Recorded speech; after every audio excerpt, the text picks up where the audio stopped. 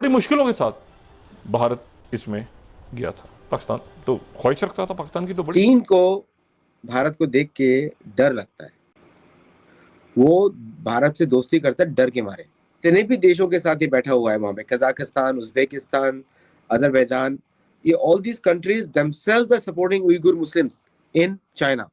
The fact of the matter is कि राजनाथ सिंह जी ने जो किया बड़ा मजेदार किया, पेन उठाया और पटका टेबल के ऊपर और बोला साइन नहीं करेंगे। क्यों? हिंदुस्तान ने ये किया कि उनके पास चूंकि एक नई नई जिसे कहते हैं कि दौलत वो आई, फॉरेन रिजर्व्स ऊपर गए, एक्सपोर्ट्स गई, फॉरेन कंपनी ने आके प्लांट्स लगाई, तो उन्होंने समझा कि वो तो अब दुनिया की सुपर पावर बन गए हैं। खबरें वहाँ पे क्या बन रही हैं कि राजनाथ सिंह ने कहा कि हम छोड़ेंगे नहीं, और हम खड़े हो गए और वहाँ से एससीओ से निकल गए। ये ट्रेड होता है ना, दोस्ती में होता है, ट्रेड दुश्मनी के साथ नहीं होता है। तो देखिए कुछ कंट्रीज को तो भारत टेक केयर करेगा मिलिट्री से, जैसे टर्की है, उसको मिलिट्री का डर दिखाएगा, लेकिन बाकी सब स्टेट्स के साथ तो भारत लड़ नहीं सकता। और Belarus has always been friendly to India. तो जो डिफेंस कोऑपरेशन की बात हो रही है, यू विल बी शॉक्ड कि भारत का जो पिनाका रॉकेट सिस्टम है, और भारत का जो ब्रह्मोस सिस्टम है, और भारत का एयर डिफेंस सिस्टम है आकाश, ये तीनों के बारे में बातचीत होगी बेलारूस से। इंडिया बड़ा मुल्क है, मैं बार बार कहता हूँ इंडिया बड़ा मुल्क है, उनको लीड लेनी चाहिए, एक्शन लेना चाहिए। वो लेते ही नहीं है, वो कोई उस तरह एक्शन करते ही नहीं है। हम इंतजार करते रहते हैं, वो कहते हैं नहीं हम अपनी मर्जी करेंगे।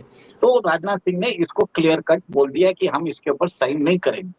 और एक तरह से आप ये देखिए, स्को समिट जो थी, एक तरह से बिल्कुल ही इसका कोई औचित्य ही नहीं रह गया।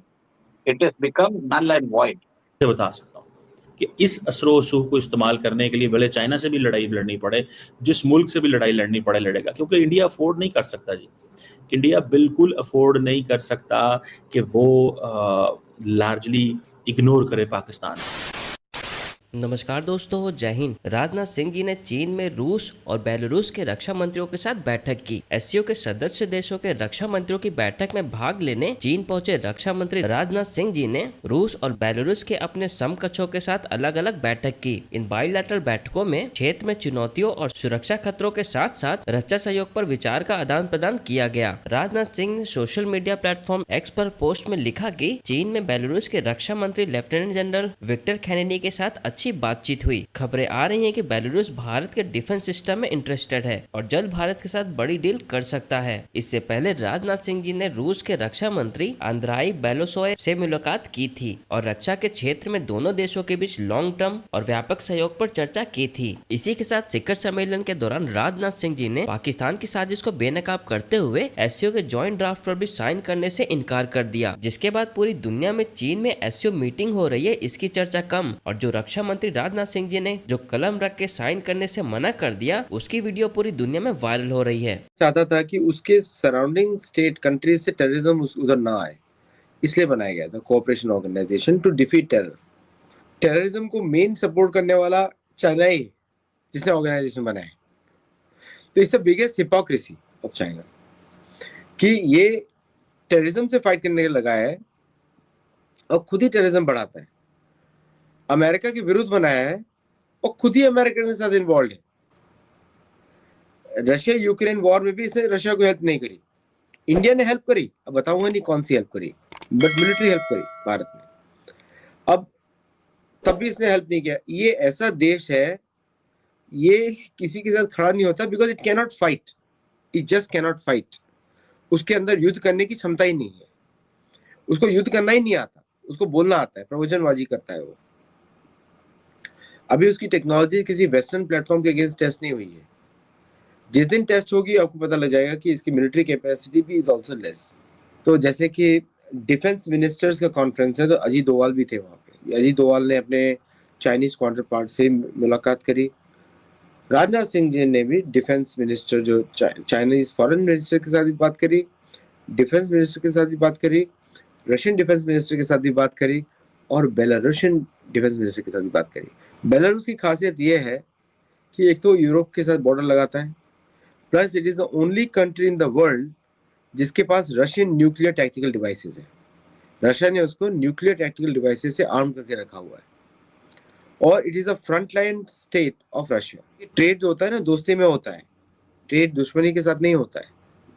तो देखिए कुछ कंट्रीज को तो भारत टेक केयर करेगा मिलिट्री से, जैसे टर्की है, उसको मिलिट्री का डर दिखाएगा, लेकिन बाकी सब स्टेट्स के साथ तो भारत लड़ नहीं सकता।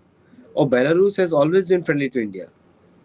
तो जो डिफेंस कोऑपरेशन की बात हो रही है, यू विल बी शॉक्ड कि भारत का जो पिनाका रॉकेट सिस्टम है और भारत का जो ब्रह्मोस सिस्टम है और भारत का एयर डिफेंस सिस्टम है आकाश, ये तीनों के बारे में बातचीत होगी बेलारूस से इन नियर फ्यूचर, क्योंकि भारत को अपने आइटम्स भी एक्सपोर्ट करने हैं।